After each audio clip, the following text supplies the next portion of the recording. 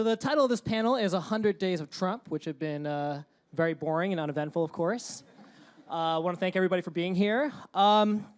So we would be remiss if we didn't lead off with the big news story today, which is that Bill O'Reilly. Fox News announced today that Bill O'Reilly would not be returning to the network.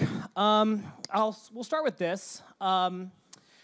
Recently, Donald Trump said to the New York Times a couple weeks ago that, and without knowing any of the facts of the case, Donald Trump said that Bill O'Reilly should not have settled, and that he should not have, that he declared his innocence. I guess starting with this, what does this say about President Trump's need to comment on pretty much anything that comes his way, his style of government, and just his general worldview? And I will start with Stephanie. Why don't you take the first crack at that? Wow. Congratulations. Congratulations. I think one of the things that's unique about what happened today, that for the last 4 to 8 years, conscious capitalism has been in focus, thoughtful leadership, and there's been this concern that what if we lose a little bit of that? You know, President Trump's brand is sort of very that 1980s tough guy, run and gun, CEO type of style. And, you know, he was well-meaning in saying, I'm going to support, you know, my friend, but the implications of that, we're living in such a different time. So today, when we saw that, that was this moment of sort of when morality and money align. And you worry right now that maybe that's not the case. So the fact that that did happen today, that's a pretty big statement. And whether the president realized it at the time or not, he may have put more gasoline on this fire in making that comment. So, and the fact that we saw Fox take action after the president of the United States backed him, I think that's extraordinary too. Just it's a sign of the times. He comments on a lot, so much that maybe it's starting to be worth a little bit less. Jacob? Yeah, I see it kind of like we saw the campaign unfold. I spent a lot of time with voters across the country, and I've spent a lot of time since then looking at the real-world implications of some of the policies that the president has put forward. And in this case, I'm not in a position to comment on whether or not Bill O'Reilly did these things because we don't have the facts. And that seems to be a common theme of things that the president talks about as well. Oftentimes, it is fact-free. So when I go around the country and I look at workers in a coal plant in Indiana where I just was, or steel workers in Aliquippa, Pennsylvania, that the president says, we're going to put you back to work. To me, a statement like that, which is probably not true in many respects, is in line with the kind of stuff that he came out and said about Bill O'Reilly. It, in many ways, in certain instances, this is a fact-free president. Kasie, please. Sure. I mean, I think that if you look at the way the presidential campaign played out, a lot of what Donald Trump ran on was opposition to political correctness. So it's trying to say, you know what, we worry too much about the kind of thing that, you know, obviously Bill O'Reilly has been in the press for recently. And he, quite frankly, proved that, you know, a lot of his supporters didn't care. There were a series, you know, he faced a series of allegations, news stories, obviously the tape that came out midway through the campaign that I think, you know, would have probably sunk any other political candidate. I think that certainly many of us judged would likely sink his candidacy. Obviously it did not. I think it's clear from the events of the last 24 hours on this topic that clearly corporate America feels a little bit differently about how to handle things like this. I also think that one story to watch that is part of this Bill O'Reilly story, but it is also much broader than that, and that's the role of women in politics at a kind of the grassroots level and how we're going to see that evolve over the course of the next 2 years in our elections and then 4 years. I was just down in Georgia covering the House special election that got a lot of attention over the last couple of days. And one thing that stood out to me and that the candidates down there talked about a lot were the role of women organizers who, you know, so a lot of the women I talked to said that they didn't feel a need to vote necessarily in 2016. They weren't necessarily worried about it, and they have felt like what happened with President Trump's election was a wake-up call. So I think you've also seen a lot, as we've talked about this particular story that Sopan has brought up, you've heard about what was the influence of women on other people who were in positions of power who were making these decisions. So I think that's something to pay attention to going forward. Ari? Very excited to be here with everyone for Bill, and thank you for having us. I hope we have fun today. Obviously, you've started us off with a very serious topic, so no one gets to be very funny off the bat. And I'll be serious as well. If the problem is allegations of sexual misconduct or unwanted sexual contact, right, against Bill O'Reilly, that's something that the current president had, and it didn't hold him back from becoming president. So that's a huge backdrop to this. And as you mentioned, he then stands up and defends Bill O'Reilly. If the context is allegations and evidence of inappropriate sexual contact and advances in the workplace, that's something that a previous president from another party, Bill Clinton, faced. So we're going through a period of time where there is a public reckoning and reinterpretation of what is allowable, of what is appropriate, of what, as Stephanie was saying, the market will literally bear, even if our politics haven't caught up to it. And then in the legal and criminal context, sexual assault is one of the most underreported and under-prosecuted and under-enforced violent crimes in our society. So we can all look up on TV and find someone we have a problem with. We can also look to our own culture, our own society, our own local prosecutors. These are huge problems. The Bill Cosby trial starting in June, where how many women does it take? Is 10 enough? Is 20 enough?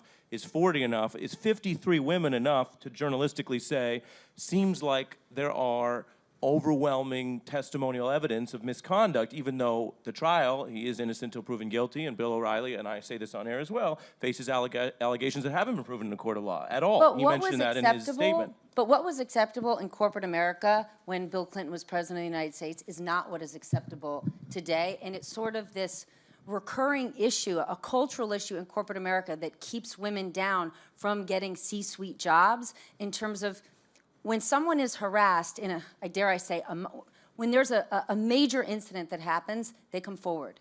When there is chronic, mild harassment, women don't always come forward because they fear people won't believe me, maybe it's not serious enough for my boss to lose his job, what'll happen to my job? So it's an issue that so many companies are desperately trying to face as they're trying to reach equality in their workforce. So it's a big, big deal that we're seeing a shift like this now, because to the point of Make America Great Again makes for a great bumper sticker. But the reason it gives so many Americans anxiety is the word again. Because unless you are a white man, again, America wasn't that good. Wasn't as good for my mom as it is me. It definitely wasn't for my grandmother, and for minorities it wasn't. So it's that, again, that has people so concerned. So today's move lessens up that anxiety and says, you know what, maybe things are gonna be okay in this world, to people who feel that way. Well, if I may, Ari mentioned, this is something that corporate America wasn't going to bear. And yet, if you notice, Bill O'Reilly's ratings actually increased during this period. Right, but his advertisers bailed. But advertisers bailed. And then if you look at what happened with the Access Hollywood tape, Yeah. how much did that really affect Donald Trump's favorability? Or I think we're talking about two separate things. One is, how does corporate America look at this? What does it mean for openly talking about sexual assault in the workplace and having it be something that we're comfortable in the mainstream media talking about on a regular basis? But the other question is, what does it mean for Donald Trump's supporters? That was the question. We're talking about Donald Trump's first 100 days. And I hope that this is something that matters to Donald Trump supporters and people across the country. But I remember very vividly being in North Wilkesboro, North Carolina, the day that the tape came out, asking a Donald Trump supporter if it was going to change the way that they behaved, change the way that they processed the man who ultimately became the President of the United States. And they said, if I got to vote for a dirty grandpa, quote unquote, I'm going to. Sure. So moving on. So on one hand, as we talk about the first, Check the tape. as we talk about the, I think it was dirty old grandpa, to be actually specific. Yeah. as we talk about the first 100 days, President Trump had his travel ban blocked twice. Obamacare repeal and replace has not happened. The wall has not been built, and it does not appear as of right now that Mexico is going to pay for it. The administration just yesterday certified that Iran is still in compliance with the nuclear deal. Tax reform getting pushed back. Tax reform is getting pushed back. But on the other hand, there have been some accomplishments that President Trump would point to. For example, he has rolled back the regulatory structure, Planned Parenthood legislation, Neil Gorsuch on the bench. Taking those two very contrasting things, how are we to assess the first 100 days? And I'm going to throw that to Kasie first. So I cover Congress full-time. I'm a little bit down the Pennsylvania Avenue from the White House every day. And I think from that perspective, quite frankly, Donald Trump has in some ways run into some of the same problems that President Obama ran into right off the bat, although Obama actually had a little bit of a holiday period at the beginning of his first 100 days. I do not think that this president has really had that much success in moving his legislative accomplishments forward, and I think we've been trying to kind of figure out what is it about his administration that's causing that to happen. I think part of it is they really rushed the health care legislation. This was a massive, yes, it was a promise that they had made. They said that they were going to do it right off the bat. But what they were proposing was a massive overhaul of basically 1/6 of the economy. It took Democrats a year and a half to write their overhaul of that when President Obama was in office, and he had control of both houses of Congress, and he had 60 votes in the Senate. The Trump administration came into office understaffed, quite frankly, undermanned, without kind of a full understanding of how it is that you build a coalition in Congress, what it takes to get industry groups, pharmaceutical companies, health insurance plans, as well as every member of Congress that has a hospital in their district is going to be paying more attention to that than they are to what the president is telling them to do, quite frankly. And that was something I think that the Trump administration really underestimated in their first 100 days. And they set this very ambitious agenda that has been kind of rolled back one piece at a time because each one has faced these major hurdles. So we're seeing again, and I think this was the trend later, after President Obama passed health care, it got to the point where he faced increasing, he was dealing with divided government, which obviously President Trump is not dealing with right now, but we are definitely living in an era of executive action. So in the places where Trump's able to do that, I think you're seeing successes. If I can follow up with you, Kasie, what's the path to overcoming some of these divisions? For example, tax reform seems to be kind of next up on the agenda, but the same Freedom Caucus that blocked the Affordable Care Act replacement could possibly block tax reform as well. So what path do you see for the next major legislation to actually be able to go through and not face the same obstacles that healthcare did? Right. I mean, look, honestly, it's hard to see if the Freedom Caucus, the Freedom Caucus being, for those of you who don't, pay absolute attention to this every single second of the day, like those of us up here do, this group of conservative members of the House that historically have been particularly unhappy, yes, with policies and yes, with legislation, but largely with the process in the House itself. They are kind of a group that really doesn't like having leadership who they view as establishment telling them what to do. They kind of want to, plant a flag and stand by it. They really wanted a seat at the table on healthcare reform. They got one, but it didn't move them. And I think that's a dynamic that is going to play out as long as Republicans are trying to pass legislation that isn't bipartisan. And the House Speaker is going to have to deal with that. And I think the places where you might see President Trump be able to actually accomplish some of the things that he says he wants to accomplish that would be, different and kind of part of this promise that he was going to shake up Washington, it's going to be stuff where he actually gets Democrats on board. So if they can do a big infrastructure bill because it has policies in it that Chuck Schumer, the leader of the Democrats, wants to see, or the Democratic priorities are included in, then I think you're going to see some potential brinksmanship as well. They have to raise the debt ceiling at some point. That is something that conservative members of the House have been very reluctant to do.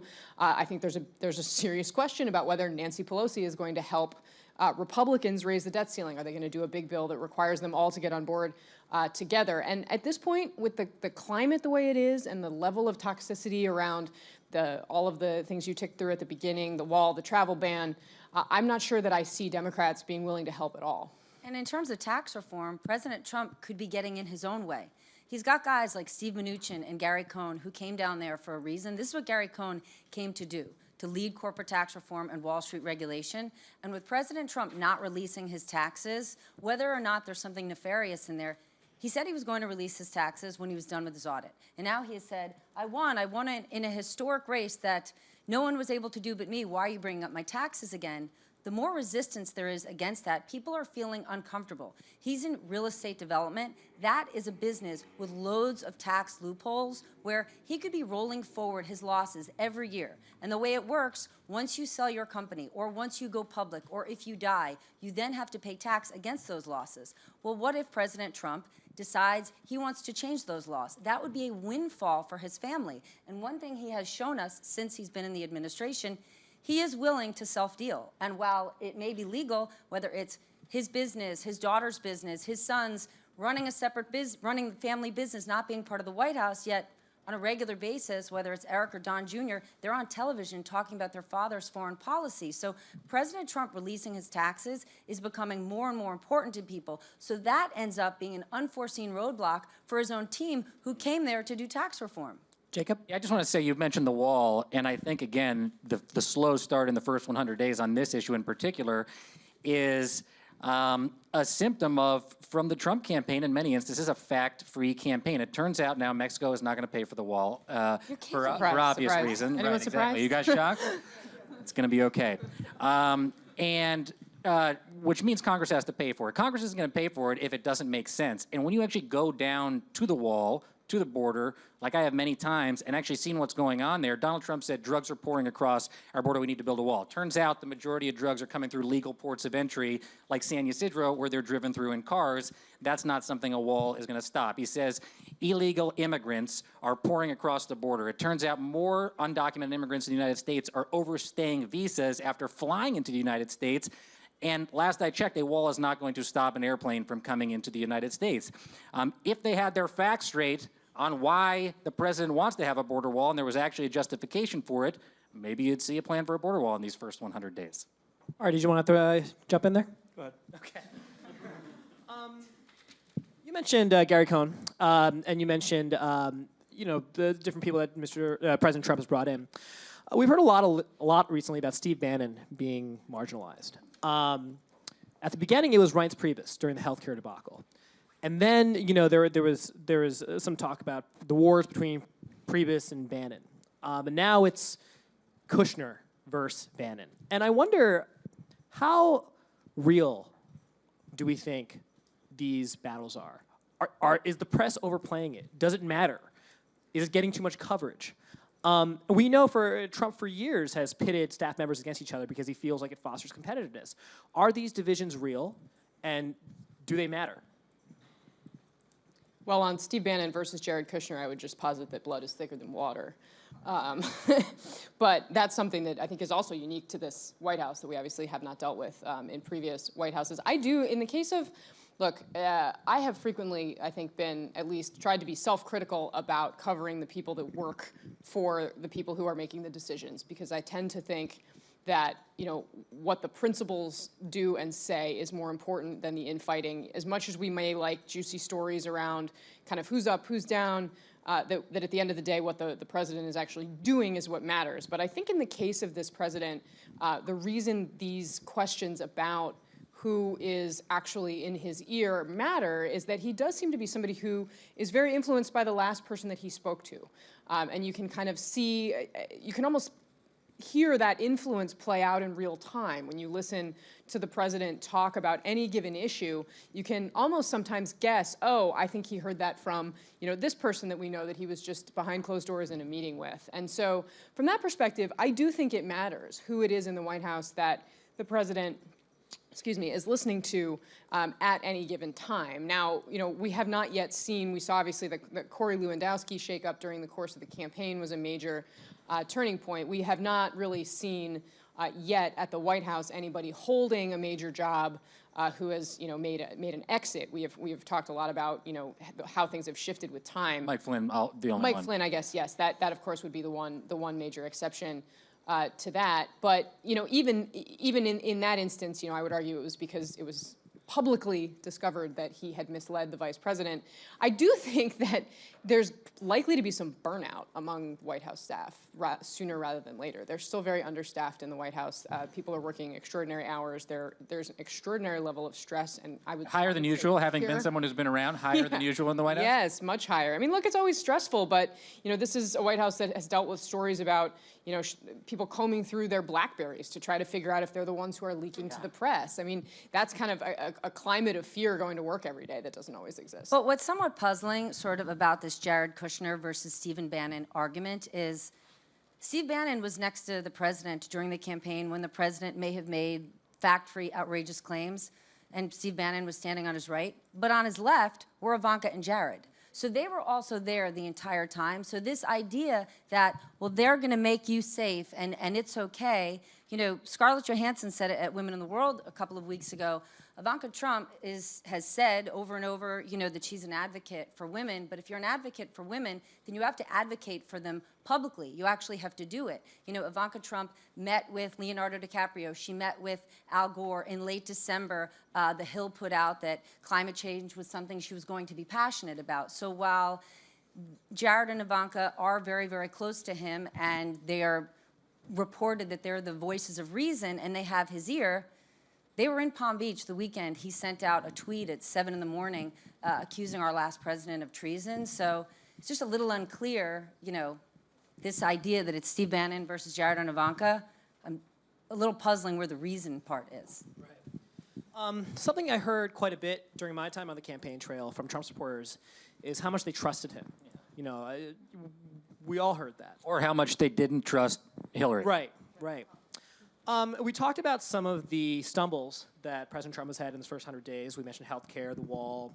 How much leeway does he have with his base? Do we think that among his base, that trust has increased or decreased? And I'm going to go to Ari first with that one. Well, we know that his approval rating among Republicans right now is at 87%, within 2 points of where it was at the start of the presidency. So we know that there is a very high approval and very high satisfaction with him, which probably incorporates some level of trust and faith in him. I think more broadly, your typical Donald Trump supportive Republican hates us, the people on the stage, a lot of the people potentially in this room, in a way that is a lot more important as an animating political principle than what he's done on a given day. And the old question after 9/11, why do they hate us? It's probably the wrong question to ask after a terror attack. It's the right question for the press to ask after a period where collectively we've gotten so many things wrong, which doesn't mean we don't work hard and try to do our jobs, but depending on how far back you want to go, no, we didn't see 9/11 coming. No, we weren't skeptical enough probably in the run-up to the Iraq War. No, we didn't see the financial crisis coming. And no, we didn't do enough policy-based coverage of the 2016 campaign with the humility of saying, you guys will decide the answer. Let's cover what's important and what will happen. We probably did a lot of polling and horse race coverage that was not only the wrong story, this is just my view, but probably the wrong story given the stakes of the election, but also to the extent that we focused on polling in the horse race, seemed to give a lot of people the misimpression that one person was likely to win who didn't ultimately win. So Donald Trump and his supporters are not completely off base when they look up at people like us, or I'll say people like me. I don't want to speak for any of my esteemed colleagues who... I was out there, Ari. Come on, man. I was talking to the voters. People like me and say, you guys keep getting it wrong, and who died and made you the predictor of all things in America? And it's not just America, because we saw a very similar dynamic in certain ways on Brexit. So that is a larger context for Donald Trump. We often think of Donald Trump as a cause. I think in many ways, Donald Trump is a symptom. And he's a symptom of larger failures in the media and larger tectonic shifts. The last point about his performance on 100 days, if you count it up, there have been about 24 executive orders, and most of them are implemented and being tested out. There have been 20 bills that he signed into law. 11 of them were just efforts to nullify Obama-era agency rules that are fairly minor. 3 of them were ceremonial. There's only 6 bills left, and they're all minor. So when it comes to being president as someone who tries to create policy with Congress, at a level of metrics or counting, there's almost no legislating or policy making going on. If that 100 days turns into 300, turns into 900, I do think eventually it will be noticed that they're not doing much on that part of the ledger. Whether that means that the alternative is better in 4 years, I have no idea. Jacob. At the end of the day, the question is, how does Donald Trump affect my life, or our lives as Donald Trump voters and supporters? And I think 100 days is probably too soon to judge, but I think a lot of the people that supported Donald Trump are starting to draw connections between the real-world implications of Donald Trump's policies and their lives. As I mentioned, I was in Indiana last week for a story that's going to be coming up on MSNBC about Donald Trump attempting to roll back the clean power regulations under President Obama. In southern Indiana, there are 4 so-called super polluters in the top 100 of both greenhouse gas and toxic air emissions. You meet a lot of Donald Trump supporters in that area that voted for Donald Trump because they want to keep those power plants open. But when you meet those same families that have to go to the doctor because the air is very dirty and their children are getting sick, they're starting to think twice about what the real world implications of Donald Trump saying we're going to save those coal jobs in Southwest Indiana. How many of them are going to make that connection? How fast it's going to happen? I don't know the answer to that. And that's about meeting your basic needs. If you're not meeting your basic needs, then the things that we're talking about in terms of President Trump and the tape or fact-free campaigning, that's disconnected. If you cannot send your kids to school, feed your family, pay your heating bills in your house, you're not thinking about those things. And over the last 8 years, and it wasn't the fault of President Obama, it was people moving to cities, it was technology. The income inequality divide has only worsened. And whether President Trump can solve it or not, he's the first leader who went to those places and held someone's hand and said, I'm going to solve this for you. Now, will those people give him more? They're not deplorable people. They're people who are saying, I need help. I feel forgotten. Are they going to give him more than 100 days? Sure. Are they going to give him 4 years? No. Please go Sopan, ahead. I would posit that your first question about the loyalty of Trump supporters. I mean, I think that the people who are most loyal in this country to Donald Trump are likely to be always loyal to Donald Trump. I think we saw in the campaign that they were willing to basically forgive any perceived sin. They were going to blame the media for telling it the wrong way, and they were going to believe the things that he was saying. And I don't see that really changing. I think what made the difference for Donald Trump, if the other way to phrase this question is Donald Trump going to win or lose re-election in a couple of years, which I think, speaks to all of this, there are two pieces of this. The first is the people who we didn't expect to vote for a Republican who did, because still the #1 predictor of how a person is going to vote is their party identification. It doesn't matter if you're Donald Trump or anybody with an R next to their name. If you're also a Republican, you're more likely to vote for them. It's, again, those voters in the middle. So all those people who we saw who were speaking to all of these things, Jacob talked to so many of them, and they're the people who I think are probably going to be willing to step back in 4 years and say, is my life better than it was when Donald Trump was elected? And if the answer to that question is no, I think you could see maybe they don't go and vote for a Democrat, but maybe they stay home. And I think the back half of that question is just how activated are people who stayed home this time, who would have been potentially Hillary Clinton supporters. Maybe they're, voters in the suburbs who don't often vote, but have been activated by President Trump and what he has done in these first 100 days. I think that is a major X factor. I think that was the question that we were trying to answer in this special election in Georgia, for example. Just how many people were there down there who thought, oh my God, I can't believe this happened and I need to do something about it. And I think we just don't know how big that group of people is right now, but I think it's potentially big enough that it could overcome all of those loyal Trump supporters. To Ari's point and to Casey's point, Ari said they don't trust us. If you look at Gallup polling, the distrust of the mainstream media is near an all-time high. The people that voted for Donald Trump voted for him, as these guys said, because they thought we're all full of it. Every politician other than Donald Trump is full of it. Donald Trump now has 4 years minus 100 days to prove that he's not full of it. Okay, I think we are going to take some questions from the audience. And please, go ahead. Sure. Thanks, guys. Fascinating discussion. I just have a question, and thanks for addressing this a little bit, about the role of media generally. Amid a lot of criticism that the media has facilitated Donald Trump's rise, what are you going to do differently now, or what should be done differently now? Well, I'll still be away from my wife and son, talking to people across the country. I really do think that that's important. I think we can't state that enough, that, again, the distrust of the mainstream media is near an all-time high. It's why you see people turning to platforms like this one, or both on the right and the left online, platforms that people are going to for their the information that they want. That turns into the danger of quote-unquote fake news, which is an entirely different discussion. I think that there's a lot of people that feel alienated out there, and the key is for us to continue to listen to them. And if we don't listen to them and they don't feel like we're listening to them, we're not going to solve the problem. They're not going to trust us, and they're not going to turn to us for their news and information.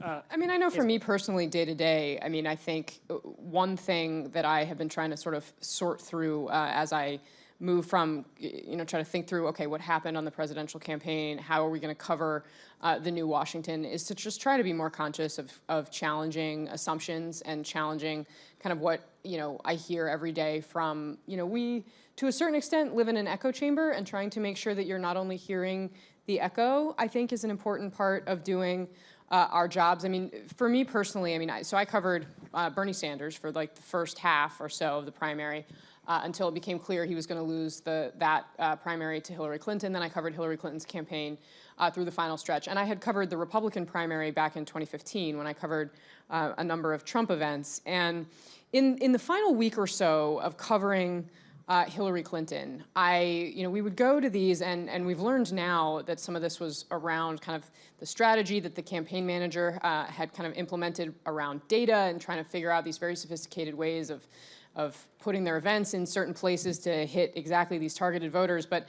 we would drive to these seemingly random places. I remember going to one event in Florida that felt to be in the middle of nowhere, and then it turned out to be in kind of one of those exurban areas that we talked so much about on election night, that Democrats saw the returns come in these areas and thought, oh my God, we're going to lose this election.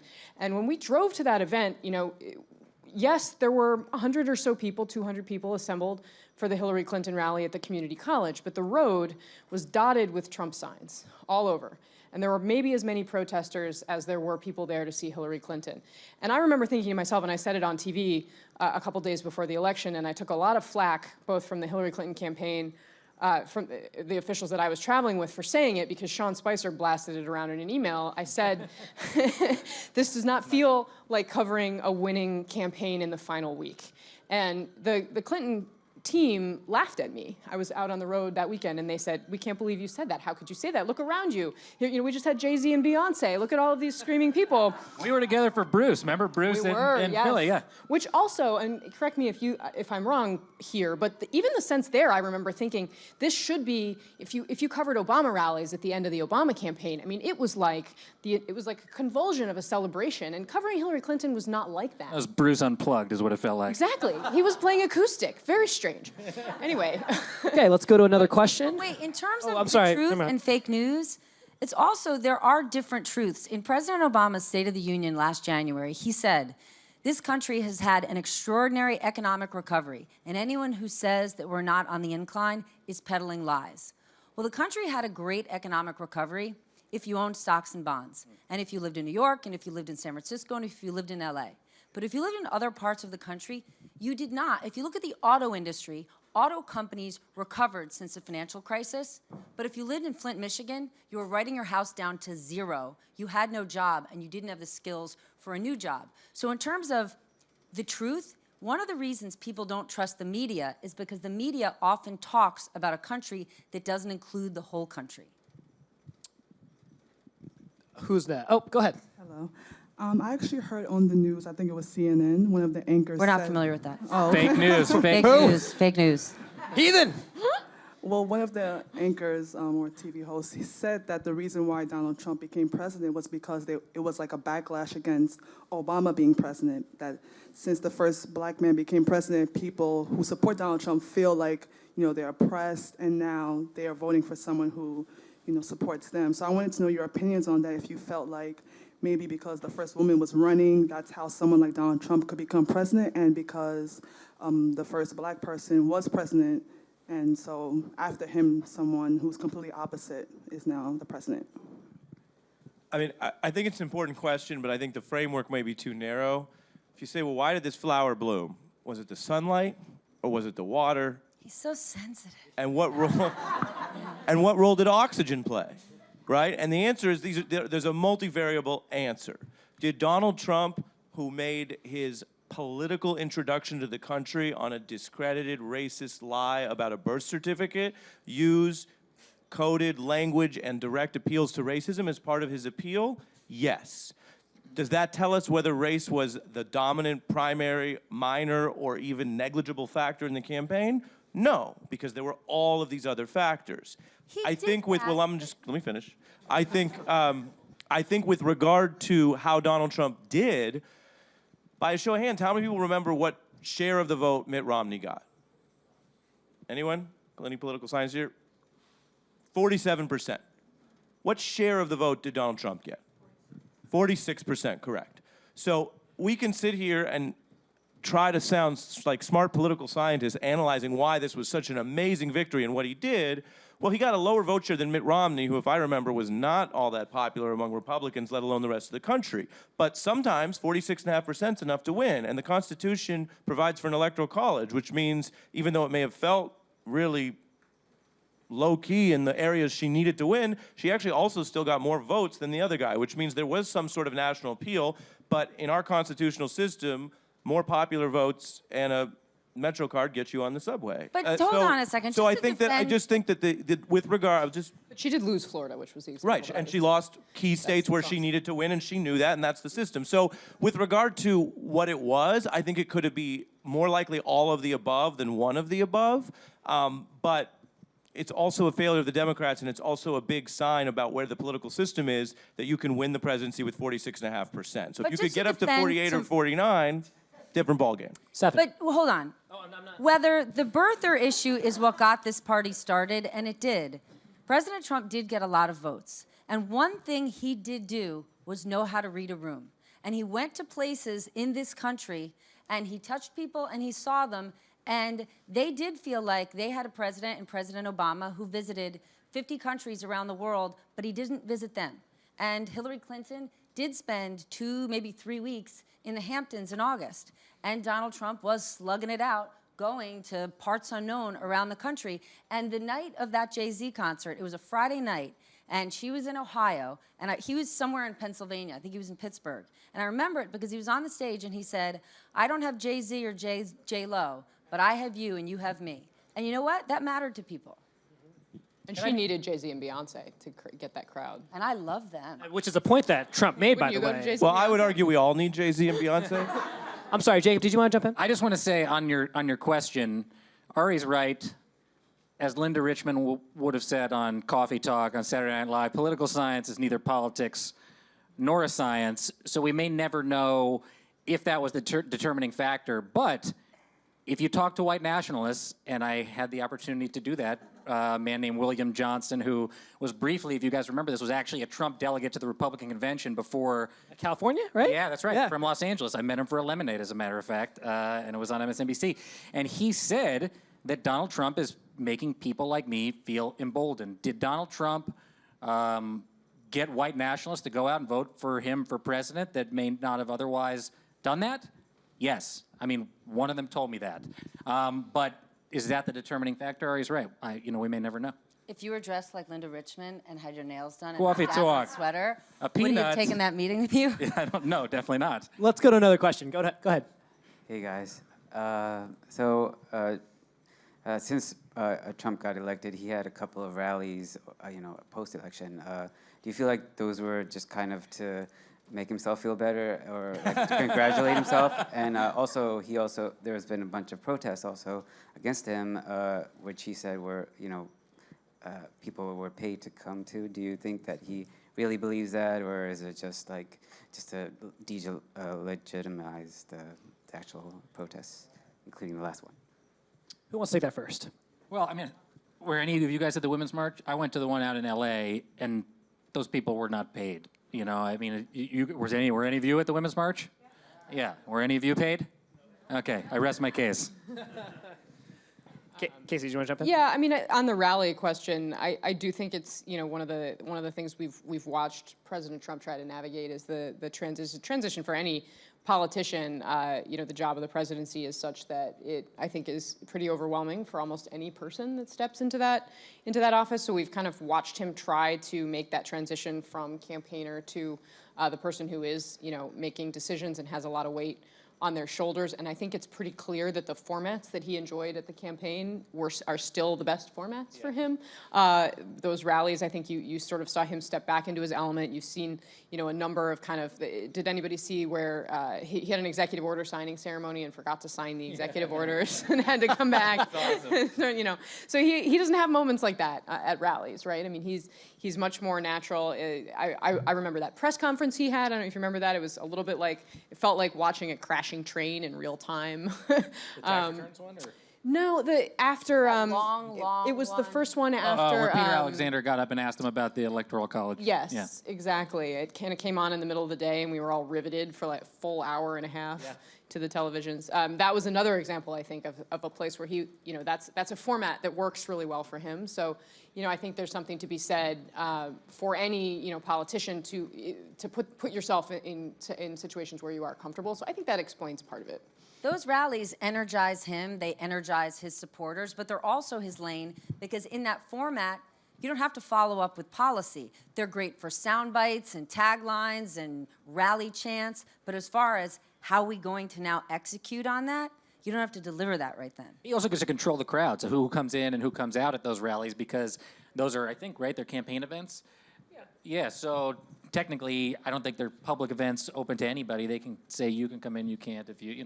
At the same time, I think it's self-selecting. So it's mostly people who show up who really want to see him. It's also Washington is still a really unfriendly place for President Trump. He may Republicans may control both houses of Congress, but if you talk to Republican members of Congress behind the scenes, they may publicly bite their tongues and not want to say anything about the president, but privately, I think a lot of them still have no idea what to do every day, are horrified by what they're watching, and are just trying to figure out kind of how to live through the next 4 years with their party intact. And we'll see if they get through these 4 years and still feel that way, but I would say that that's I had one top Republican say to me, look, we feel a responsibility to be the ballast in the ship of state a little bit. And I think, that makes Washington a kind of a hostile environment for President Trump, because he, in theory... When he calls everyone losers, you kind of lead with like. But they didn't want him to be the nominee either. That's true. I would submit that that's what his supporters wanted him to do. Exactly. I think you're right about that. But I think it helps explain why, okay, he's going to go out, leave Washington, go back to these rallies where there are people who are happy to hear from him, because he's not getting it every day in D.C. All right, let's take one more. Go ahead. Hi. So one of the more puzzling questions that I've had in recent days is like the situation with North Korea. He sends Mike Pence out there to say, hey, we have a warship coming and headed this way. Yet the warship is going in the opposite direction. I'm pretty sure most governments are tracking from satellite all our warships at every single time. So it's an easily discoverable lie. And I guess the puzzling part is, I imagine him thinking he has a very good poker face, but yet these are all little tells that for other government leaders, all of a sudden he's just going to have a huge credibility problem. Do you think he's starting to catch on that this is how it works? Or is it just like sheer incompetence? Like, what is it? President Trump is not used to accountability. Whether or not he's been in government or not, he's never worked there was a brief time when the Trump Corporation was public, and that was brief and failed. He's never worked at a public company with employees where there was accountability, or a board. So he has always dealt in kind of a small ball, albeit gangster sort of way. That's the business he's been in. And so this is just such a different universe, and this is a 70-year-old guy who, in his mind, and is a successful guy, but has never been in an arena where you have to be accountable for what you do or say. Especially in the world of real estate development, you can bluff anything and walk away from a deal.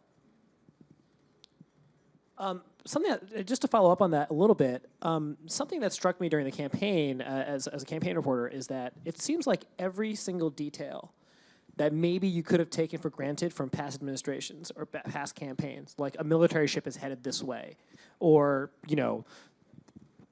Donald Trump's going to be here on Wednesday. It seems like you have to double check all of it. Stuff that you maybe necessarily, logistical things, stuff that you didn't have to maybe check in the past, you do have to do now.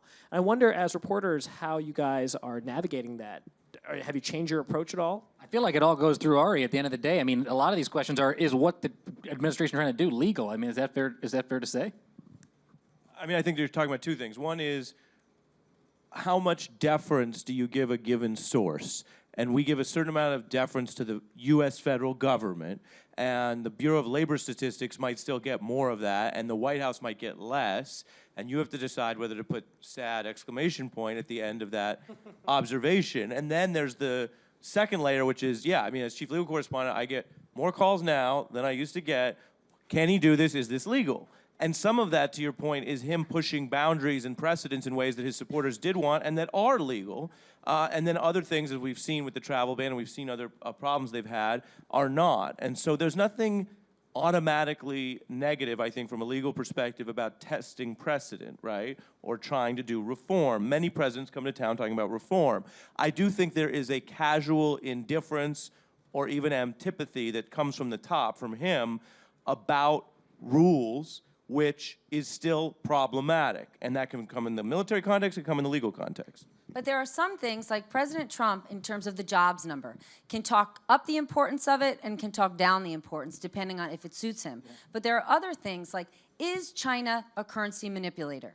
President Trump didn't realize until 2 weeks ago when he was told by Gary Cohn, inside the Labor Department, we actually have a scientific model that we use to test every currency, and based on the output, China is not a currency manipulator. I mean, that one wasn't well, Ivanka had just met with this one and that one and got a trademark. I mean, all those things are too cute and too close and we don't like it, but there are certain things that the president can't avoid. So in terms of numbers and statistics that are scientifically proven, they are what they are. Sure, but Kasie. I think you're right, Sopan, that, I mean, look, covering this administration is unlike covering anything I've ever encountered. I've been covering Washington for 10 years, and it's unlike anything any of us have ever seen before. And, I was down in Mar-a-Lago the morning that he tweeted about the wiretapping. So he accused, President Obama of wiretapping Trump Tower, said, he was a very bad man.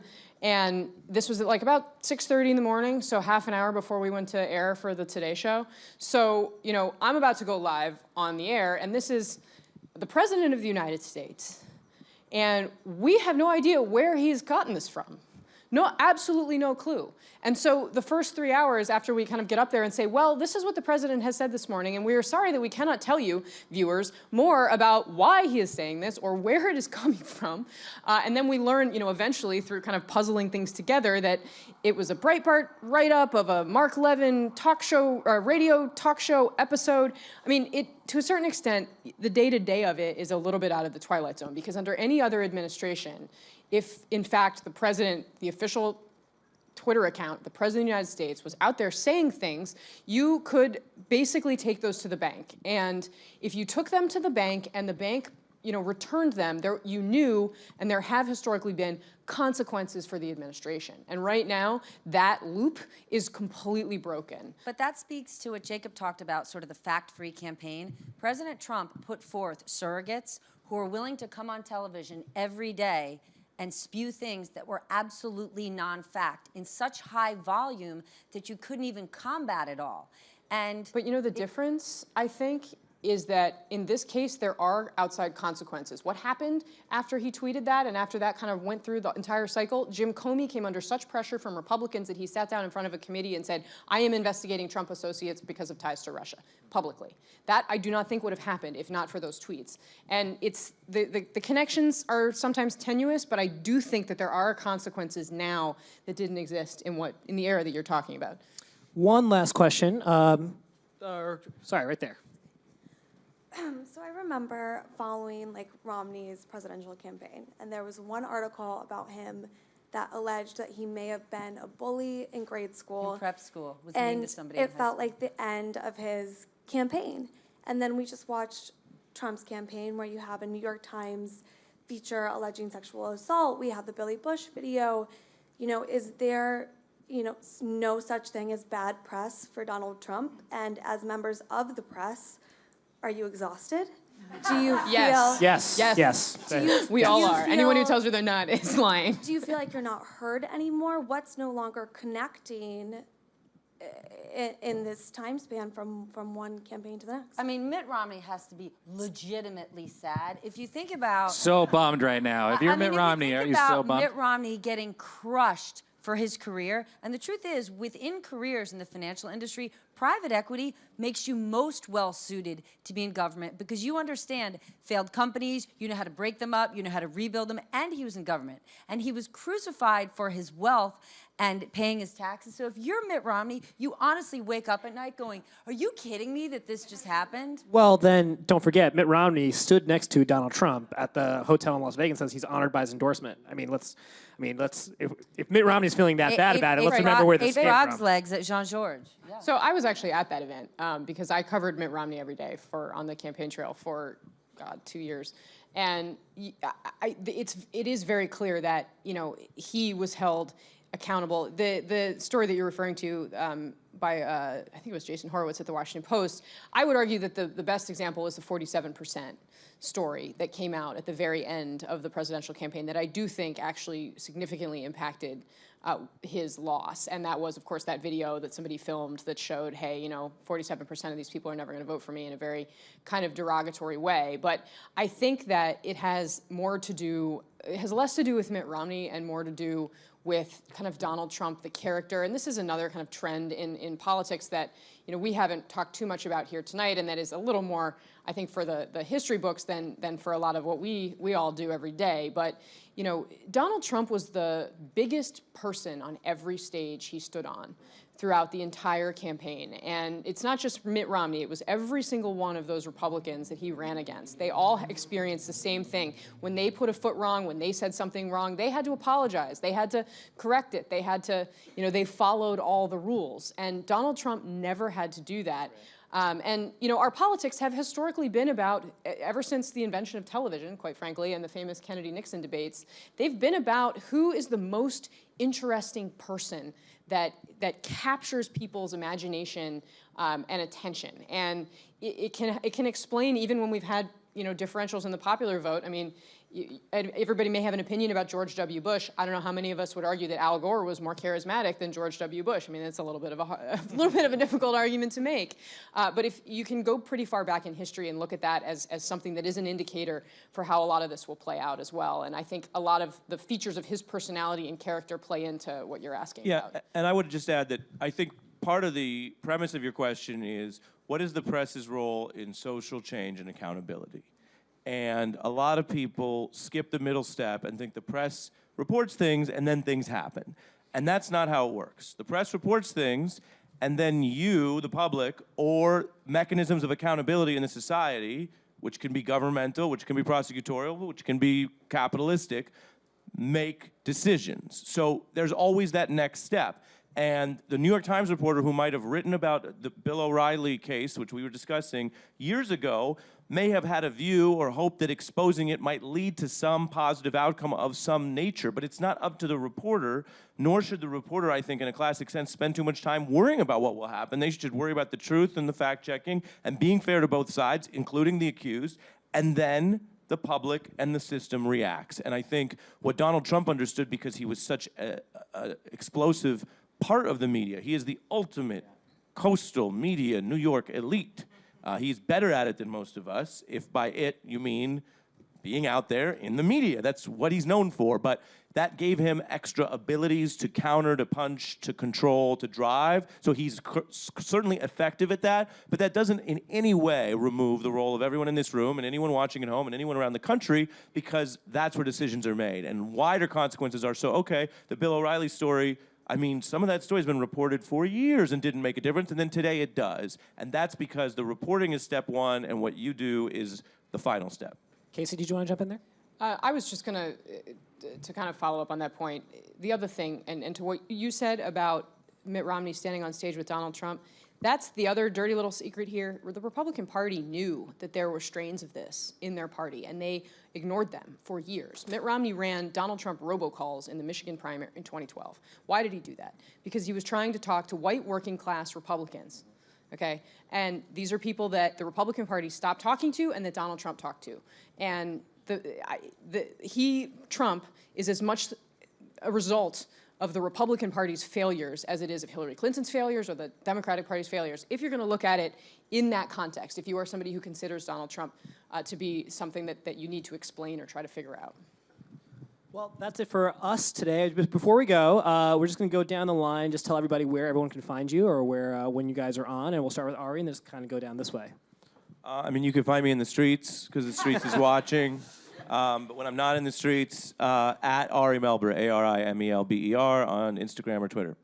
Kasie? I'm only in New York because Congress is on recess. You can normally find me in the basement of the Capitol running around somewhere. You can also find me on Twitter at Kasie. My name is spelled Kasie. It is not pronounced Cassie. You can find me in my hometown of Los Angeles, California, where I'm grateful to live every day as far away from all of this as possible. And Hey. listen, I got high anxiety. Look at me. I'm stressed. And you can find me on social anywhere. Just Google me. And Stephanie? You can find me every morning on MSNBC at 9 a.m., so please go to work late tomorrow. Or you can find me on Twitter or Insta, but Insta's just my kids, at S. Ruhle. Thank you so much, Thank you, everybody. guys. Hope you guys had a good time.